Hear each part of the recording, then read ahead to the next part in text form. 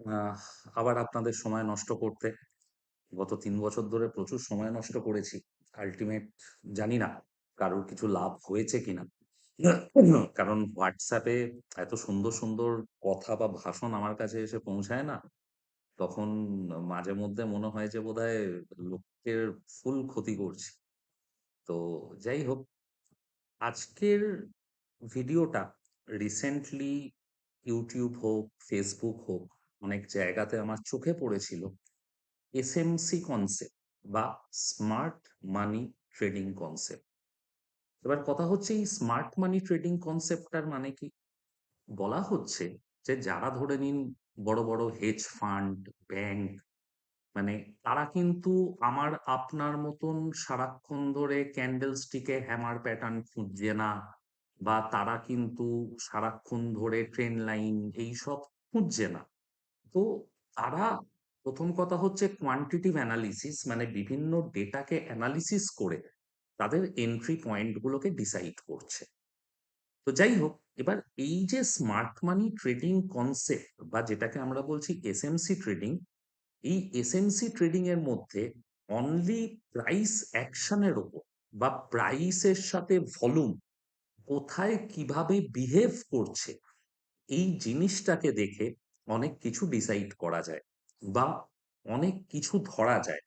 যেমন কিরকম ভাবে বলুন তো, একটা বড় প্লেয়ার ধরে নিন, যারা হ্যামার ক্যান্ডেল জানেন বা হ্যামার ক্যান্ডেলে বাই করেছেন, মানে ইন জেনারেল কি হয় যে হ্যামারের লো এর নিচেই মানুষের স্টপ লস থাকে, বা কেউ যখন ট্রেন্ড লাইন সাপোর্টে বাই করছি, তো ট্রেন্ড লাইনটার নিচে স্টপ লস থাকে। তো আপনিও যদি মন দিয়ে চার্ট দেখেন, রিটেলের কোথায় স্টপ লস লাগানো আছে বলতে পারবেন, আমিও বলতে পারবো, বড় প্লেয়াররাও বলতে পারবে, চার্টে বোঝা যায়। আবার ঠিক সেম ভাবে যদি আমরা এভাবেও ব্যাপারটাকে বোঝার চেষ্টা করি, মানে কিরকম বলবো বস, যে বড় প্লেয়ার কোথায় এন্ট্রি করছে, কিছু কিছু ক্ষেত্রে প্রাইস অ্যাকশন দেখে কিন্তু বোঝা যায়। এর সাথে আমরা যদি যে ডেটা অ্যানালিসিস গুলো করি, ধরে নিন ম্যাক্স পেন বা আইভি বা ওপেন ইন্টারেস্ট, এই জিনিসগুলোকে, মানে আমি সবসময় বলি ট্রেডিংটা হচ্ছে কিন্তু রান্না করার মতন। আপনি শুধু নুনটা পারফেক্ট দিতে পারেন বা শুধু হলুদটা পারফেক্ট দিতে পারেন, তাতে কিন্তু রান্না ভালো হবে না। আপনি যত ভালো প্রত্যেকটা মশলাকে মিক্স করে কষাবেন, তত বেটার কিন্তু রান্নাটা হবে। তো এবার এই অর্ডার ব্লক, এবার এই যে স্মার্ট মানি ট্রেডিং, এই স্মার্ট মানি ট্রেডিং এর মধ্যে অনেকগুলো কনসেপ্ট আছে, যেমন break of structure, character change of market, বা ধরে নিন কি বলে ফেয়ার ভ্যালু গ্যাপ নিয়ে একটা ক্যান্ডেল স্টিকের ভিডিও, কেননা থ্রি ক্যান্ডেলের অ্যাকচুয়ালি ফেয়ার ভ্যালু গ্যাপকে ধরা হয়, বা ধরে নিন আজকের ডেটের এই অর্ডার ব্লক। মোদ্দা কথা, খুব সিম্পল ওয়েতে বোঝার চেষ্টা করা যে এক বাজার বা একটা স্টকের প্রাইস ওপর না নিচ কোন দিকে যেতে চাইছে, আর যখন সেটা ওপরের দিকে যাওয়ার চেষ্টা করছে বা নিচের দিকে আসার চেষ্টা করছে, হয় বড় প্লেয়াররা কিনেছে বা বড় প্লেয়াররা সেল করেছে, মানে ইনস্টিটিউশনাল বায়ার বা সেলার যাদেরকে বলা হয়, তাহলে তারা কোন দামে ওটাকে বাই করেছে বা সেল করেছে। এবার আজকের ভিডিওটা কি নিয়ে করছি? আজকের ভিডিওটা হচ্ছে কি অর্ডার ব্লক নিয়ে। এবার যদি আমরা স্মার্ট মানি ট্রেডিং কনসেপ্টে গিয়ে শুধু অর্ডার ব্লককে নিয়েই আলোচনা করি, তাহলে হয়তো ভুল হবে। এই যে এতগুলো জিনিস বললাম, প্রত্যেকটাকে একটু কোরিলেট করা দরকার রয়েছে। ফেয়ার ভ্যালু গ্যাপকে, তার সাথে আপনার ধরে নিন অর্ডার ব্লককে, তার সাথে ব্রেক অফ ক্যারেক্টারকে, এই জিনিসগুলোকে যতটা বেটার মিক্সিং করব, তত ভালো কিন্তু আমাদের ট্রেডটা হবে। ইনফ্যাক্ট আজকে সোমবার দিন আমি ভিডিও করি না, কেন করলাম? কালকের এই অর্ডার ব্লকের মানে ফার্স্ট দেখবেন যে ফেসবুকে পোস্ট করেছিলাম ক্লাসের কিছু টুকরো মুহূর্ত। তো সমস্ত দমদম ব্যাচের স্টুডেন্টরা একসাথে ক্লাস করিয়ে ফার্স্ট ক্লাস আমি কালকের করলাম অর্ডার ব্লকের ওপর। আর আজকেরই একটা স্টুডেন্ট 15 মিনিটের চার্ট, মানে এটাকে খুব ভালো ইউজ হয় 15 মিনিটের চার্টে, 30 মিনিট চার্টে বা 1 ঘন্টায়। ওই 15 মিনিটের চার্টে অর্ডার ব্লককে আইডেন্টিফাই করে 580 থেকে 690 স্ট্রেট নিফটির 100 পয়েন্ট র্যালিকে কিন্তু ক্যাপচার করেছে। অবভিয়াসলি সে সাহস দেখিয়েছে তাই করতে পেরেছে। আমি হয়তো এখনো শেখার স্টেজে রয়েছি তাই আমি করতে পারিনি। মিথ্যে কথা বলব না, আমি করতে পারিনি। বাট আমার স্টুডেন্ট প্রণব ও করেছে। করে আমাকে স্ক্রিনশট পাঠিয়েছে। আমি আমার WhatsApp এ শেয়ারও করেছি।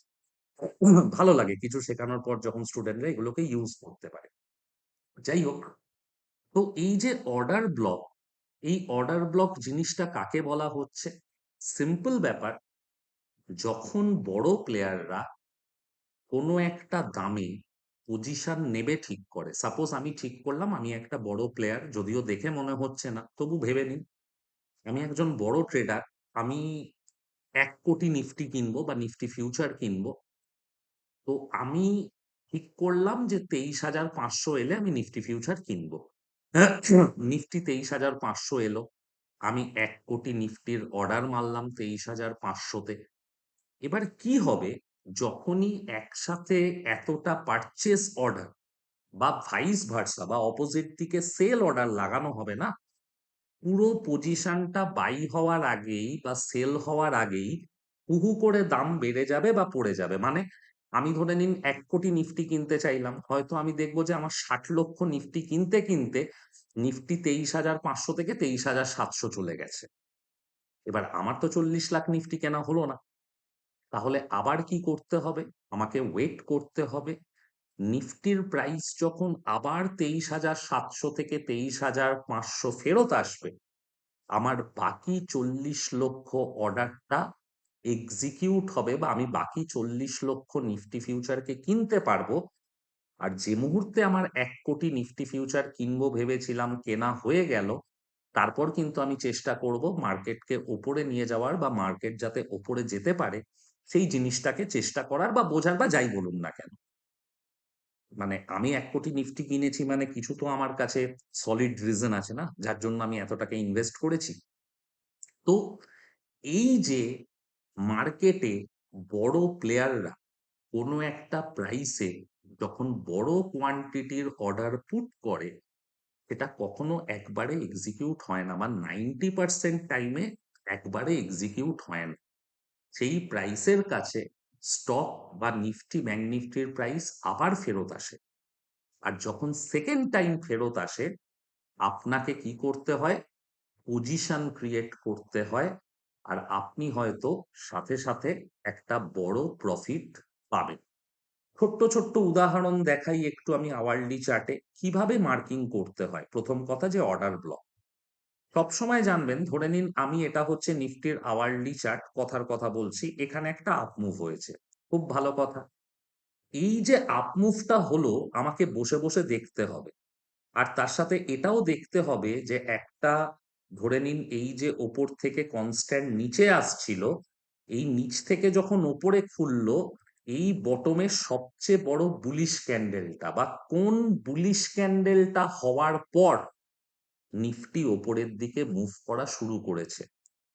ফার্স্ট বুলিশ ক্যান্ডেল যেটা হওয়ার পর নিফটি ওপরের দিকে মুভ করা শুরু করেছে বা কোনো স্টক বা কোনো কিছু মুভমেন্ট করা শুরু করেছে। যে মুহূর্তে আমি দেখলাম যে এই রেড ক্যান্ডেলের পর এই গ্রিন ক্যান্ডেলটা হয়েছে, তারপরই নিফটি আপ মুভ হয়েছিল মোটামুটি ২৩,৮০০ থেকে ২৪,৪০০, ৫০০-৬০০ পয়েন্টের। আমার তার মানে এই জায়গাটা হচ্ছে অর্ডার ব্লক বা এই ক্যান্ডেলটাকে যদি আমি এরকম বক্স করে মার্ক করি, তার মানে এই জায়গাতে কিন্তু হচ্ছে যে বড় প্লেয়াররা এন্ট্রি করেছে। মানে ওই ১,০০,০০,০০০ নিফটির হয়তো অর্ডার লাগিয়েছিল। এবার কথাটা হচ্ছে ১,০০,০০,০০০ নিফটির অর্ডার তো একবারে এক্সিকিউট হয় না। তাহলে কি হচ্ছে? আবার ওকে ওই প্রাইসের কাছে ফেরত আনতে হবে, যাতে সে টোটাল এটাকে করতে পারে। আপ মুভটাকে আ মানে মানে কিনে নিয়ে টোটাল আপ মুভটাকে কন্টিনিউ করতে পারে।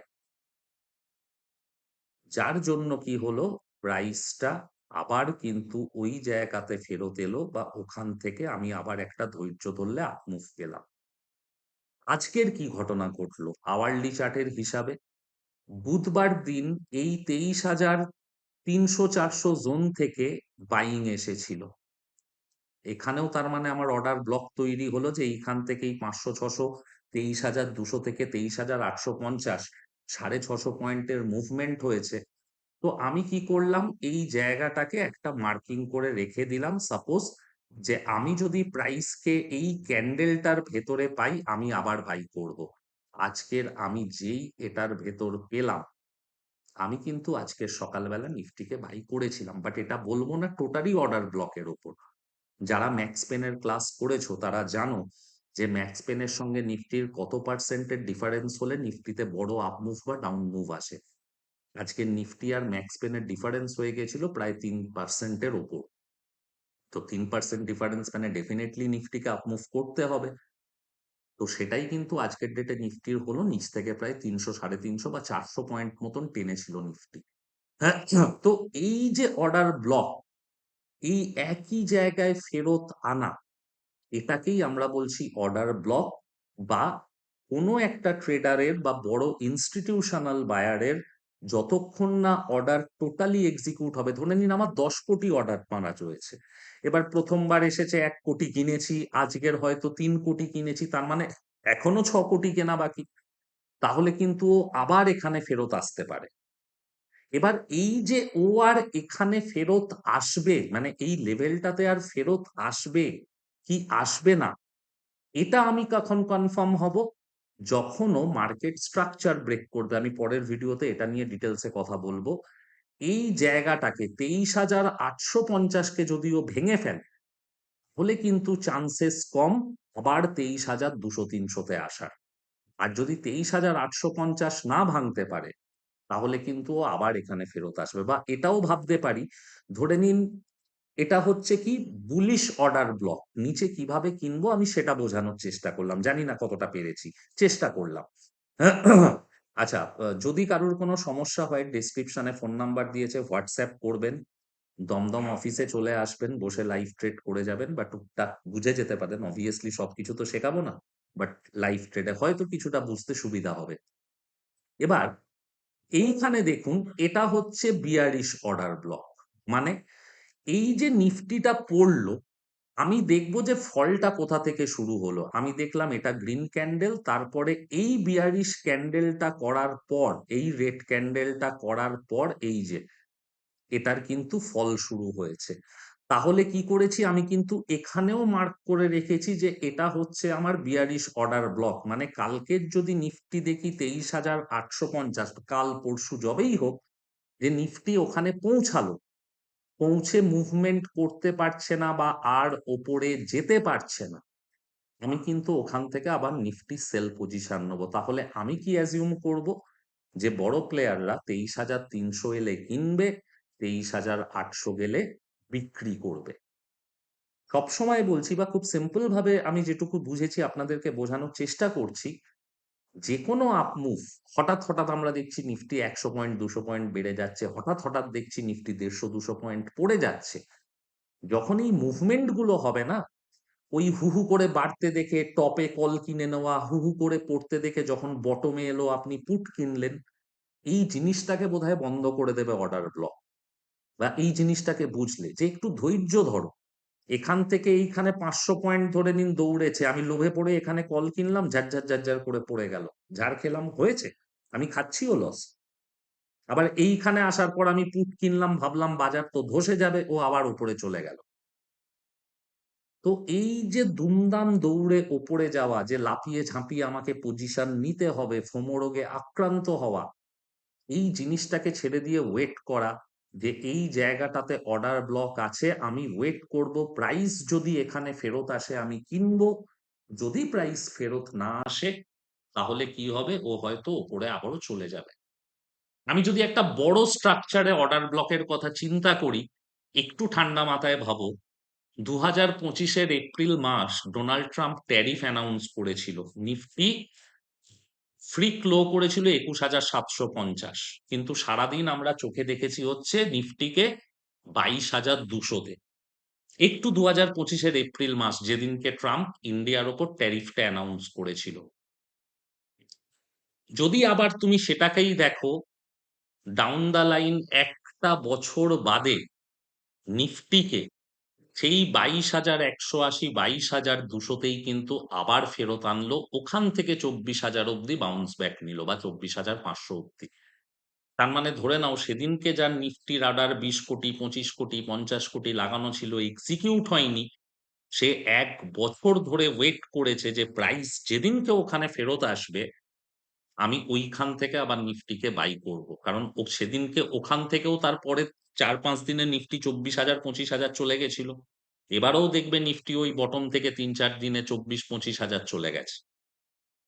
তো পরিষ্কার কথা, যখনই আচমকা আমি কোনো একটা বড় আপ মুভ দেখতে পাচ্ছি বা বড় ডাউন মুভ দেখতে পাচ্ছি, সাথে, সাথে আমাকে এই ব্লকটা খুঁজতে হবে। হয় সেটা বুলিশ হতে পারে বা বিয়ারিশ হতে পারে। যেমন যারা শুক্রবার ছিলে, নিফটি ১ম এ ৮৩৪ হাই করেছিল, ২৩,৮৩৪, তারপর পড়ে গেছিল ১০০ পয়েন্ট। পড়ে আবার ওপরে গেল। তার মানে ৮৩৪ থেকে যেহেতু ১০০-১৫০ পয়েন্টের ফল হয়েছে, ইন্ট্রাডে ট্রেডিং এর জন্য যদি আমি বলি, মোটামুটি ইন্ট্রাডে ট্রেডিং এ আমি দেখব যে কোন ক্যান্ডেল থেকে ১০০ পয়েন্টের আপ মুভ বা ১০০ পয়েন্টের ডাউনফল হয়েছে। তাহলে সেই ক্যান্ডেলটা আমার কাছে ইম্পোর্টেন্ট হবে। তো দেখো নিফটি আবার ৮৩৭ অব্দি ফেরত গেছে সেই অর্ডার ব্লক জোনে। ৮৩৪, ৮৩৭। ৮৩৭ থেকে নিফটি চলে এলো আজকের ২৩,৩০০ তে। তো দুবার ওখানে ব্লক হয়েছে, আজকের বা কালকের বা পরশু যদি আবার যায়, আমাকে নজর রাখতে হবে। যদি দেখি আমি ওই ৮৩০ থেকে ৮৫০ এর মধ্যে হাই করলো, করে সাথে, সাথে ২০-৩০ পয়েন্ট পড়ে গেল, আমি সাথে, সাথে কিন্তু একটা নিচের দিকের পজিশন নেব। বা পুট কিনবো বা নিফটিকে সেল করব, যাই করি সেটা। এবার কথা হচ্ছে স্টপ লস কি হয়? তুমি কিনে তো নিলে।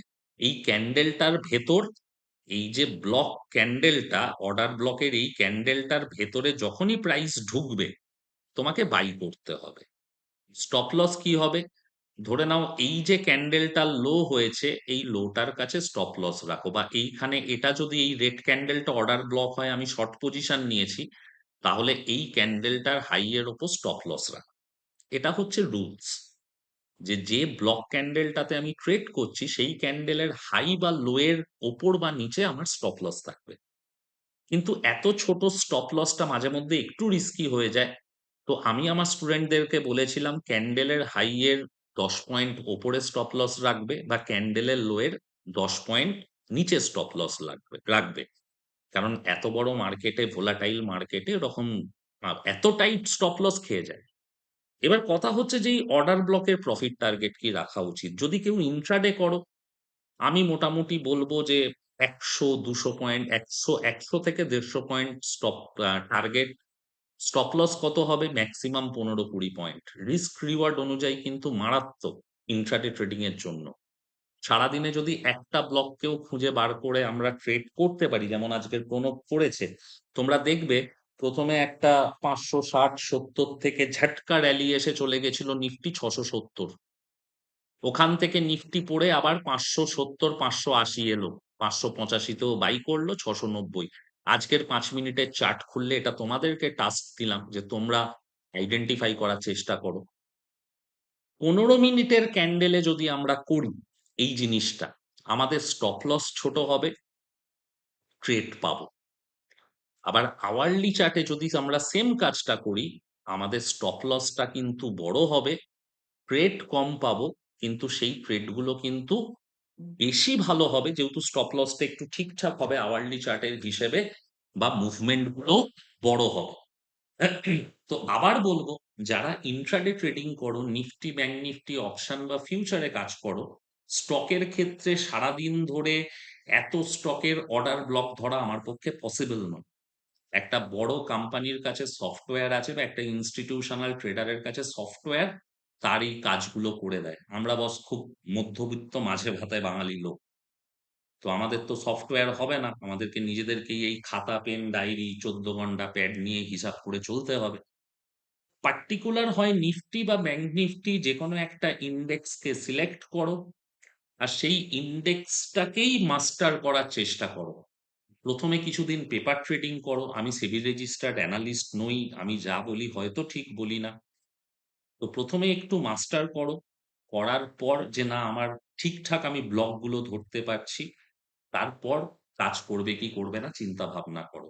বাট স্টপ লসটাকে স্ট্রিক্ট রেখো, কারণ আমার হিসেবে এটার রিস্ক রিওয়ার্ড এত ভালো যে যদি তুমি ৩ টে স্টপ লস খেলে ১৫ পয়েন্ট করে ৪৫ পয়েন্ট, তারপর যদি একটা প্রফিটও পুরো ওই ১০০-১৫০ পয়েন্ট খেতে পারো, তুমি কিন্তু নেট প্রফিটেই থাকবে সবসময়। আমি আমার স্টুডেন্টদেরকে বলছিলাম যে, "ভাই ৳১০,০০০ ক্যাপিটাল অ্যালট কর। অনলি ইন্ট্রাডে ট্রেডিং ই করবি। ১৫ মিনিট ৩০ মিনিটের চার্টে করার চেষ্টা কর।" এখন মানে গতকাল ক্লাস করেছি দমদমে। আমি বললাম, "এখন ১ সপ্তাহ পেপার ট্রেড করবি। তারপর পয়সা লাগিয়ে করার চেষ্টা কর। যদি দেখিস যে ট্রেডের অ্যাকিউরেসি বাড়ছে। মানে আগে নেট প্র্যাকটিস করো, তারপর ম্যাচ খেলতে নামো। সিম্পল জিনিস।" তো এই গেল হচ্ছে অর্ডার ব্লকের গল্প। ফেয়ার ভ্যালু গ্যাপ কি? এই নিয়ে ভিডিও করা আছে, ৩ টে ক্যান্ডেলের ফরমেশনটাকে খোঁজা। বেসিক্যালি বলা হয় ফার্স্ট এ অর্ডার ব্লক হবে, প্রাইস মুভ করতে শুরু করবে। প্রাইস যখন মুভ করতে শুরু করবে, আমরা ৩ ক্যান্ডেল ফেয়ার ভ্যালু গ্যাপ পাবো। যেমন একটা ছোট্ট করে জাস্ট উদাহরণ দেওয়ার চেষ্টা করছি, ফেয়ার ভ্যালু গ্যাপ কি? এই যে টেলটা হাই, আর এই যে ধরে নাও টেলটা লো, এই দুটো টেলের মধ্যে দেখো ডিফারেন্স রয়েছে। তার মানে এই মধ্যিখানের জায়গাটাই কিন্তু ফেয়ার ভ্যালু গ্যাপ বলতে পারি, বা এই যে বড় ক্যান্ডেলটা হয়েছে এর মিডিলে একবার প্রাইস ফেরত আসবে। এই যে এই পরের ক্যান্ডেলটাই এই ক্যান্ডেলটার মিডিলে, মানে এই বড় ক্যান্ডেলটার মিডিলে প্রাইস ফেরত এসেছে, ওখান থেকে আবার বাউন্স নেওয়ার চেষ্টা করেছে। তো জিনিসগুলো সিম্পল, কিন্তু ব্যাপারটা হচ্ছে এগুলো হয়তো জানি আমি ফুল টাইম ট্রেডারদের কাজ। তো এই জিনিসগুলোকে, যেমন ধরো নিফটির এখন এই মুহূর্তে এই জায়গাটাতে আমার অর্ডার ব্লক নজরে পড়ছে, কথার কথা। এবার ব্যাংক নিফটির এবার ব্যাংক নিফটি যদি কালকের পরে এই জায়গার ক্যান্ডেলটার ভেতরে প্রাইস আছে, ধরে নাও ৫২,৯৫০ বা ৫২,৯৭৫ বা ৫২,৯০০ থেকে ৫৩,০০০ মধ্যে আমি চেষ্টা করব ব্যাংক নিফটিকে যদি কালকের আমি নিচে পাই, বাই করা। একদম সিম্পল, যদি আমি থিওরি মেইনটেইন করি যে এই আপ মুভটার আগে এটা হচ্ছে সবচেয়ে বড় বুলিশ ক্যান্ডেল, তাহলে এটাই হচ্ছে আমার অর্ডার ব্লক। ঠিক আছে? তো ট্রাই করো। এবার কথাটা হচ্ছে যে বাজার নিয়ে আমার কি লাগছে? সবারই একটা বাজার নিয়ে ওপিনিয়ন থাকে। সেদিনকে আমি YouTube এ Facebook এ দেখছিলাম। একজন বলছে বাজার ৫,০০০ পয়েন্ট পড়ে যাবে, ১০,০০০ পয়েন্ট পড়ে যাবে। এবার আমি সবসময়ই বাজারকে নিয়ে আশাবাদী। কেন আশাবাদী? এই সিম্পল কথা বলি যে ১৯৯৬ থেকে ২০২৬ যদি বাজার ২৫ গুণ হয়, সামনের ২৫ বছরে বাজার আরো ২৫ গুণ বাড়বে। তাহলে নিফটি আজকের যদি ২৫,০০০ হয়, সামনের ২৫ বছরে হয়তো নিফটির ভ্যালু ৫,০০,০০০ হবে, ২৫ গুণ হয়ে। তো আমি ওই জায়গাটাকে দেখি। আর গত ২৫ বছরে বাজার এক সে এক, মানে মানে কি বলবো, হাজার বছরে একবার ঘটবে এরকম ইভেন্ট দেখেছে। নোটবন্দি দেখেছে, নতুন ট্যাক্স স্ট্রাকচার মানে জিএসটি দেখেছে, বা যুদ্ধ দেখেছে ইন্ডিয়া পাকিস্তানের বিভিন্ন, আ ২০০৮ এর ফিন্যান্সিয়াল ক্রাইসিস দেখেছে, করোনা দেখেছে। তো এত কিছুর পরেও যখন বাজার ওপরে রাখার চেষ্টা করছে, বিশেষ করে ১৯৯৬ সালে নিফটির জন্ম, ১৯৯৬ এর পর থেকেই যে ১৯৯৯ এর ফেজ থেকে ইন্ডিয়াতে বোধহয় সবচেয়ে আনস্টেবল সিচুয়েশন এ ছিল পলিটিক্যালি। তারপরেও বাজার বেড়েছে। তো আমি ওই জায়গাটাকেই দেখতে চাই। আরো একটা পয়েন্ট অফ ভিউ আমার কাজ করছে পার্সোনালি। বাজার যখন পড়ার হবে না, রিটেলকে বেরোনোর সুযোগ দেবে না। নরেন্দ্র মোদী নরেন্দ্র মোদীজি একটা ভাষণ দিল। সেই ভাষণটা শুনে আমি পরের দিন মাল বিক্রি করছি। এইরকমভাবে আমাকে সুযোগ দেবে না। মার্কেট যখন মারে তখন কিরমভাবে মারে? রাত্রিবেলা ট্রাম্প ট্যারিফ অ্যানাউন্স করল, পরের দিন বাজার ২,০০০ পয়েন্ট নিচে খুলছে। আমার কিচ্ছু করার নেই। আমি শেষ। চোখের সামনে ১০০ পয়েন্ট, ১০০ পয়েন্ট করে মার্কেট ফল হচ্ছে। আর আমাকে ননস্টপ বিভিন্নভাবে ভয় দেখানোর চেষ্টা হচ্ছে। এই ক্রাইসিস, ওই ক্রাইসিস, সেই ক্রাইসিস। আমার কাছে কিন্তু ব্যাপারটা কোথাও না কোথাও একটু কোয়েশ্চেন মার্কেট, যে কেন রিটেলকে বোঝানো হচ্ছে যে বাজার খারাপ হবে, তোমরা বেরিয়ে যাও। কারণ যদি সত্যিই বাজার খারাপ হওয়ার থাকতো, বড় প্লেয়াররা আগে বেরোতো। তারপর আমরা খবর পেতাম, আমরা বেরোতে পারতাম না। আমরা বসে, বসে লস দেখতাম। এটা একটা জিনিস আমার মাথায় ঘুরছে। জানি না আমি ঠিক হতে পারি, ভুল হতে পারি, সেটা আলাদা ব্যাপার। ২ নম্বর জিনিস হচ্ছে যে মিড ক্যাপ এর মধ্যে নতুন হাই মেরেছে mid cap index. Indian IT কোম্পানিগুলো আজকের ফেটেছে। এবার টেকনিক্যালি ভাবো যে খবরটা এসেছে ইন্ডিয়ান আইটি কোম্পানির সিচুয়েশন খুব খারাপ। সবাই বলছে আইটি এই এআই ফেআই করতে পারিনি, লোক ছাঁটাই হেনা তেনা। তারপরেও কোম্পানিগুলো 1,00,000 কোটি টাকার ডিভিডেন্ড পে করছে সবাই মিলিয়ে, আইটি কোম্পানিগুলো। যার অবস্থা এত খারাপ সে কিভাবে 1,00,000 কোটি টাকা ডিভিডেন্ড পে করতে পারে? এরা তো আর চিট ফান্ড নয়। ৩ নম্বর জিনিস, এই যে তেলের দাম করে এত লাফালাফি হচ্ছে না, 2010-11 সালেও আমার মনে আছে ক্রুড কিন্তু $120 দাম গেছিল। চার্ট খুললে তোমরাও দেখতে পাবে। তখন রুপো গেছিল 20,000 থেকে 70,000-এ। তারপর সেকেন্ড ওয়েভ চলেছে, তারপর এখন 4 লাখ গেছে বা ক্রুডও এখন বাড়ছে। এবার কথা হচ্ছে তখনও এই সিচুয়েশনটা ক্রিয়েট হয়নি। হ্যাঁ, একটা জিনিস হতে পারে হয়তো ডলারের ভ্যালুয়েশন। কিন্তু লাস্ট উইক যে ডেটা এসেছে তাতে ইন্ডিয়ার ফরেক্স রিজার্ভ কিন্তু এই সিচুয়েশনে দাঁড়িয়েও আরো $6.5 বিলিয়ন বেড়েছে। তো জিনিসগুলো একটু কন্ট্রাডিক্টরি হয়ে যাচ্ছে। বাট আমি যেটা সবসময় বলি, আমি আদার ব্যাপারী। আমার 50,000 টাকার মাল কেনার জন্য যদি ওয়ার্ল্ড ইকোনমিক্স বুঝতে হয় তো হয়ে গেল। তো সিরিয়াসলি আমি এত চাপ নিই না। আমি সিম্পল ভাবে বাজারটাকে বুঝি। গুরু সস্তায় মাল, ভালো মাল পেলে কেনো। আমি কালকের যদি বাজারে যাই, বাজারে গিয়ে দেখি যে খাসির মাংসের যেটা সবচেয়ে ভালো দোকান 500 টাকা করে মাংস বেচছে কেজি, আমি কাতলা মাছের জায়গায় পাঁঠার মাংস কিনেই বাড়ি আসবো। কারণ আমি হাজারের জিনিসটা 500-এ পাচ্ছি টপ কোয়ালিটির। কালকে যদি সোনার দোকানে গিয়ে দেখি কোনো সোনার দোকানদার 22 ক্যারেট সোনা 60,000-এ বেচছে, কি ব্যান করেছে নরেন্দ্র মোদী, কি বলেছে, পৃথিবীতে কি হচ্ছে আমার কিছু যায় আসে না। আমি দেখবো 1.5 লাখের সোনা 60,000-এ পাচ্ছি, আমি কিনবো। সেম আমি বলবো স্টক মার্কেটে। যত ব্যাপারটাকে সিম্পল রাখবেন, সাধারণ রাখবেন না, তত বেটার আপনি রেজাল্ট প্রডিউস করবেন। যাই হোক, আর নো প্রফিট নো ফিজ যে আমাদের ব্যাচ চালু হয়েছে সেই নিয়ে অনেক প্রশ্ন আছে। হয়তো ভিডিওতে বলা উচিত নয়, তবু আমি ক্লিয়ার করে দিচ্ছি। আপনি আমাদের কাছে ভর্তি হবেন 500 টাকা দিয়ে, পড়াশোনা শুরু করবেন।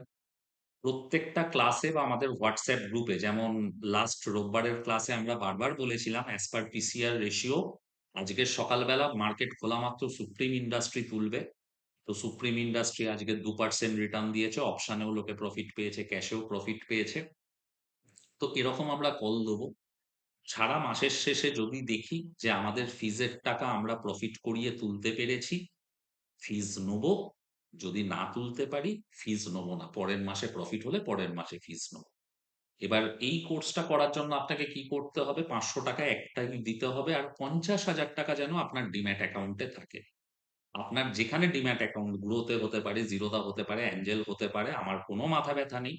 খালি আমি যে স্টক, আমরা যে রিসার্চ রিপোর্ট গুলো শেয়ার করব, যেখানে যত টাকা ইনভেস্ট করব আর যত পার্সেন্ট প্রফিট নিয়ে বেরোতে বলবো, আপনাদের এই কথাটুকু একটু মেনে চলতে হবে। ঠিক আছে? তো এই হচ্ছে ফান্ডা। বাজার নিয়েও নিজের ভিউ বললাম। স্টকের দিক থেকে ফার্মা ইন্ডেক্সে ব্রেকআউট দেখা যাচ্ছে বিশাল বড়। তো ফার্মা ইন্ডেক্সে একটু নজর রাখুন। নিফটি হেলথ কেয়ারের আন্ডারে ছোট বড় যত ধরনের শেয়ার আসে, সরি, নিফটি হেলথ কেয়ারের আন্ডারে স্মল ক্যাপ, মিড ক্যাপ, স্পিনার.কম থেকে বার করুন খুঁজে, যে যত ধরনের শেয়ার আসে, যতগুলো নাম খুঁজে পাবেন প্রত্যেকের চার্ট দেখার শুরু করুন। এই হচ্ছে ব্রেকআউট, যার জন্য আমরা আমরা পার্সোনালি অ্যাসেন্ডিং ট্রায়াঙ্গেল ব্রেকআউট আছে। সান ফার্মা, সিপলা, ডাক্তার রেড্ডি, লরাস ল্যাব, ঘুরিয়ে ফিরিয়ে এগুলো থেকেই পয়সা নিচ্ছি। ইনফ্যাক্ট আমাদের রিভিশন ব্যাচের স্টুডেন্ট সৈকত সান ফার্মার ওপর বেট করেছিল, সান ফার্মা বড় পয়সা দিয়ে গেল। তো আরো দেবে। তো মোটামুটি আমার বলা উচিত নয়, আমি কোনো সেবি রেজিস্টার্ড অ্যানালিস্ট নই। তো প্রত্যেকে কোনো পয়সা ইনভেস্ট করার আগে একবার আপনাদের ইনভেস্টমেন্ট অ্যাডভাইজারের সঙ্গে কথা বলে নেবেন। তো প্লিজ একটু ফার্মা সেক্টরে নজর রাখুন, একটু এফএমসিজি সেক্টরে নজর রাখুন। হোপফুলি এখান থেকে কিছু স্টক খুঁজে পাবেন যেখানে পয়সা আসবে। আর কালকের রাতে আমি অনেক দিন ধরে জিনিসগুলোকে নাড়াঘাটা চলছে, বাজারটা খারাপ হলো বলে আমি আটকে গেলাম। ইউটিউব মেম্বারদের এর আগের ভিডিওতে স্পেশালি যে মিড ক্যাপ গুলো রেকমেন্ড করেছিলাম ভেল হোক, ব্লিস জিবিএস ফার্মা হোক, ভিডিএল হোক, ম্যাক্সিমাম স্টক একটা বড় মুভমেন্ট করে দিয়েছে এই খারাপ বাজারেও। হয়তো ভালো প্রফিট পাচ্ছ বা বুক করেছো। এবার তোমাদের জন্য অনলি ৳১০০ র নিচের কিছু পেনি স্টকের ভিডিও আসছে। হ্যাঁ, হয়তো বলছি পেনি স্টক, বাট অ্যাকচুয়ালি দামের দিক থেকে পেনি, বাট কোম্পানি হিসেবে এরা যথেষ্ট বড়। কি বলবো, লিউপিন একটা টাইমে ৳১২ ছিল, আজকে ৳২৪০০। স্টকগুলো হয়তো এরকম চিন্তা ভাবনা করেও নেওয়া যেতে পারে। হয়তো আমি নিজে হয়তো নিচ্ছি। চলো, ভালো থেকো সবাই। আর যারা ইউটিউব সুইং বা অপশন রিসার্চ এর জন্য মেম্বারশিপ নিচ্ছ, তারা দয়া করে মেম্বারশিপ নিয়ে আমাকে স্ক্রিনশটটা পাঠিও, একটু হোয়াটসঅ্যাপ গ্রুপে অ্যাড করে নেবো। তাহলে তোমরা কি বলতো সবসময় রিয়েল টাইম আপডেটটা পাবে। ঠিক আছে? আর আমার সঙ্গে যদি আড্ডা মারতে হয়, দমদমে রয়েছি, সোনারপুরে রয়েছি। সোনারপুরে একটু কম হয়ে গেছে। দমদমে রয়েছি, বর্ধমানে রয়েছি, কাঁচরাপাড়ায় রয়েছি, ব্যান্ডেলে রয়েছি। চলে এসো, আড্ডা হবে বস। ভালো থেকো সবাই। দেখো কালকের বাজারে আবার আমাদের জন্য নতুন করে কি ওয়েট করে রয়েছে। আর স্মার্ট মানির আজকের অর্ডার ব্লক হলো। নেক্সটটাতে আমরা মার্কেটের স্ট্রাকচার ব্রেকের উপর একটা ভিডিও ছোট্ট করে শেখার চেষ্টা করব। ভালো থাকবেন সবাই।